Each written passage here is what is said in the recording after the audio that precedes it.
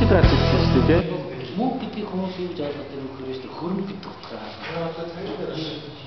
Тэ? Тэгээд амьдрал гэдгийг хөрөнгөтэй байх гэдэг утгаар. Яг энэ утгаараа аваад үзэхдээ юу амьдрал юу дээр тооцдог гэсэн мөнгөтэй гэж хараад. Яг энэ утгаар биш аахгүй. Амьдрал бол хүндээ л тохирох хэрэгтэй ямар нэг утгаар.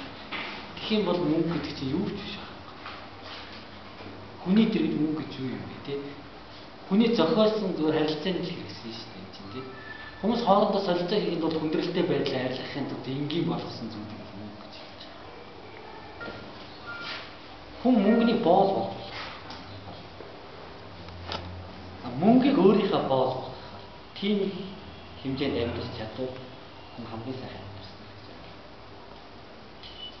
Хитрхи яг мөнгө гэдэг хугацаанд толгуурлаад тэрний төлөө тийм бүх юмаа зориулаад явчихаар амьдрал чинь өөрөө эцэст ямар одоо амьдрал насны өндөрт гараад эргээ буцаад бодохоор амьдрал юм бодохгүй юм. Тэ? Би ямар нэгэн сайхан байдлын төлөө гэж яваад тэр дундаа мэдээ тэр мөнгийг хэрэглэхгүй болж ашигласан бол бас өөр юм. Тийм үү?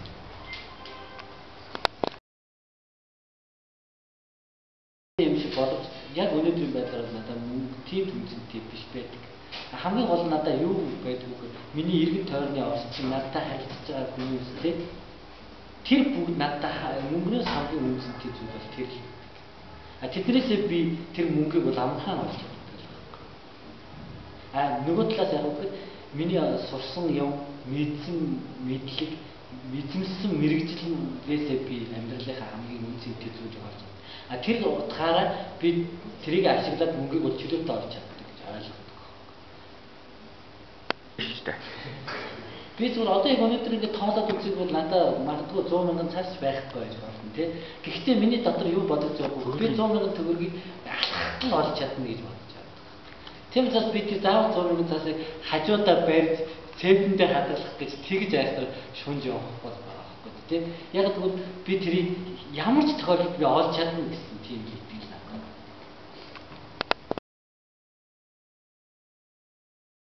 Эдийн засгийн тэр нөгөө одоо нэг хүнд нолд хорлоор ч юм уу хэмжиж штэ тий.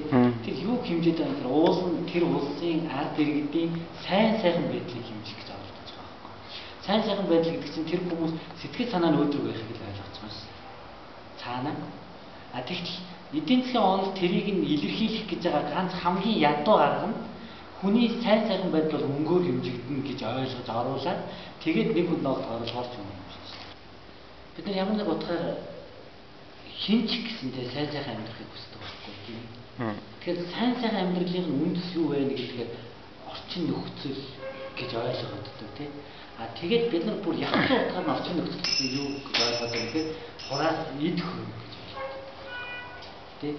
Эд хөрөнгийн үнэлэмж нь өөрөө мөнгөөр илэрхийлэгддэг гэж ойлгоцоод тэгээ бүх юм яг мөнгөлөж хичээдэг байхгүй. Гэтэл зүгээр үнэхээр сэтгэлэн цагаан яг өөрийнхөө үнэлэмжээр энэ хорвоод ирснээр хамгийн сайхан амьдарч байгаа гэж бодож байгаа хэр нүцгэн явж байгаа гэсэн сайхан амьдрал байж болно.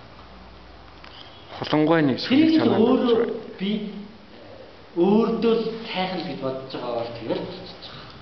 Ерөөсөө уулзах хүн чинь бодлоороо амьдарч байгаа байхгүй. Үүний амьдрал ерөөсөө бодол дээр л тогтчих. Хүн өөрийн бодлыг цэвэрлүүлээд хамгийн бүх юма бодлоо өөр юм төвлөрүүлэх юм бол заавал мөнгөгүй амьдарч байна. Бодол хүчин байдаг. Тэгээс мөнгөнд хүчин байдаг. Бодлоор хүн мөнгө олдог болохоор мөнгөөр бодлоо.